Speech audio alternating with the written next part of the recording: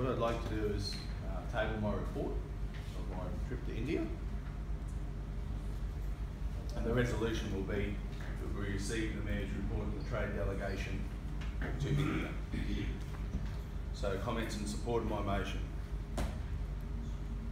Report on trade delegation to India. Planes, trades and automobiles. My head is still spinning after a whirlwind 5-day trip to India as part of Premier Palaszczuk's Mayoral delegation to advocate for Adani's $21 billion Carmichael Mine, rail and port project.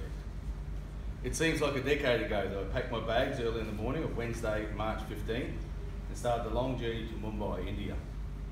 That Wednesday started with a 9 AM meeting at Proserpine Railway Station with Queensland Assistant Minister for Transport, Glenn Butcher, announcing $600,000 would be spent upgrading the Proserpine depot. Proserpine Station has recently been given a $150,000 facelift, the car park upgrade, and next step is to upgrade the adjoining depot. Construction work will use local contractors, meaning more jobs for our community. I then drove to Bowen for a morning of council briefings and a noon meeting with Opposition Leader Tim Nichols and Deputy Opposition Leader Deb Frecklington. Myself and councillors briefed them on issues within our region and also advocated for funding for our two priority projects, Whitsunday Coast Airport upgrade and the Greening and Growing Bowen project. Then drove the 2 hours to Mackay, where I linked up with Mackay Regional Council Mayor Greg Williamson for our 5 PM flight to Brisbane. This was the first of my 6 flights in 5 days. Once in Brisbane, we were transferred to the International Terminal, where we held a roundtable meeting with several other mayors to discuss regional issues prior to the 11:35 PM departure for our 15-hour flight to Mumbai. We arrived at Mumbai at 10:35 local Indian time, and after clearing immigrations and customs and then a lengthy wait for a transfer, we finally checked into our Mumbai hotel at 1 PM. I then joined Mayor Williamson for a quick tour around our area before a hasty shower, a change into formal attire before meeting in the lobby for a 4 PM departure and a 2-hour bus trip, the Queensland Regional Mayor's Delegation Dinner, hosted by Premier Palaszczuk. At 6:30 PM we had a pre-dinner meeting with the Premier to thrash out our key message, which was to convince the Adani board that Queensland is a good place to invest, creating jobs for Queenslanders. We then attended the formal dinner, which was also attended by Australia's High Commissioner to India, Ms. Harinder Sidhu, and Consul General of Mumbai, Mr. Tony Huber. The High Commissioner updated us on the importance of the project to India, where over 100 million people do not have access to power. After dinner, it was back on the bus for a 2-hour return journey to our hotel, climbing into bed well after midnight. You can imagine my sheer delight when the alarm sounded at 3 AM, signal the start of another long day. The group gathered in the lobby for a 4 AM departure from Mumbai Airport for a 90-minute flight to Bowen, BHUJ, arriving at 7:25 for a 2-hour bus journey to the Mundra port, which really lives up to its name as Adani Ports and Mundra Special Economic Zone.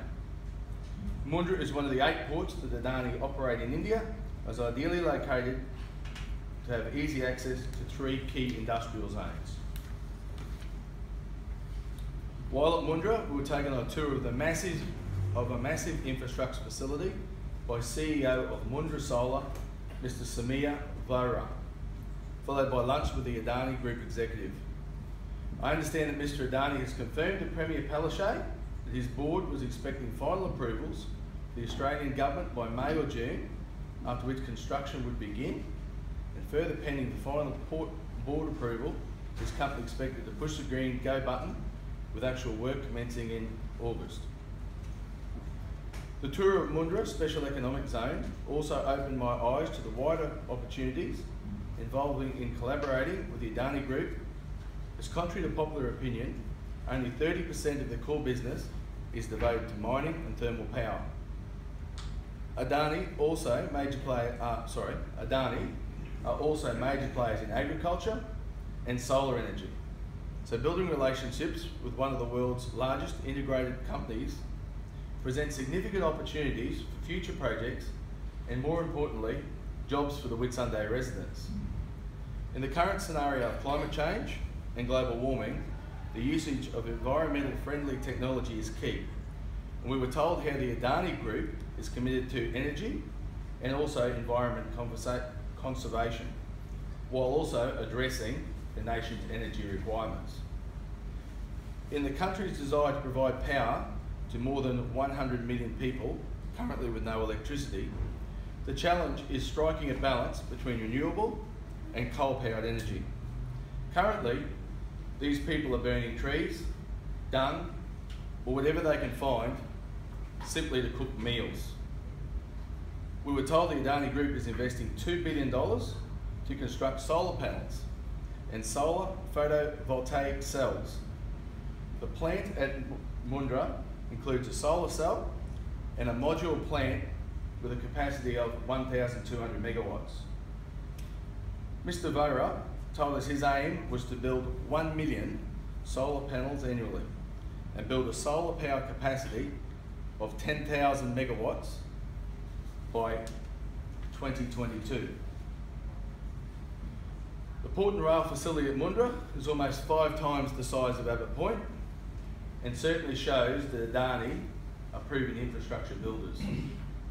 After the tour and lunch, it was back on the bus for a 2-hour ride back to the Bowen Hotel, a flight and another bus trip back to our hotel, arriving at 8:30 p.m, which gave us 15 minutes to shower and change and meet in the hotel lobby for our 30-minute bus transfer to Adani board dinner.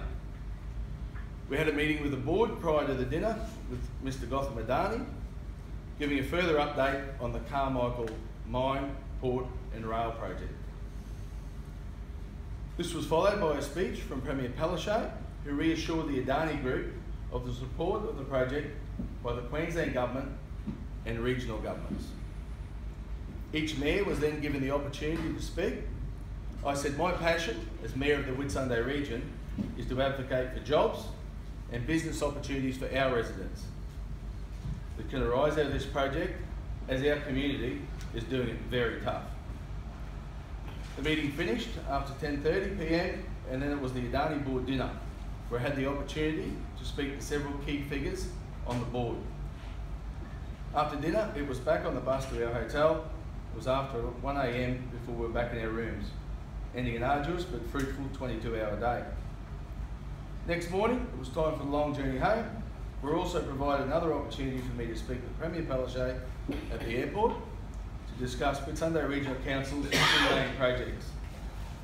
As outlined, they are the Whitsunday Coast Airport upgrade and the Greening and Growing Bowen project.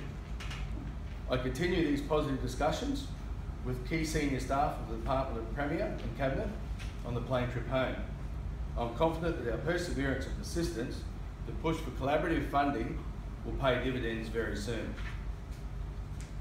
I've also included a table of all the travel arrangements, which will form part of the minutes, and they'll be up on the website for everyone to peruse at their leisure.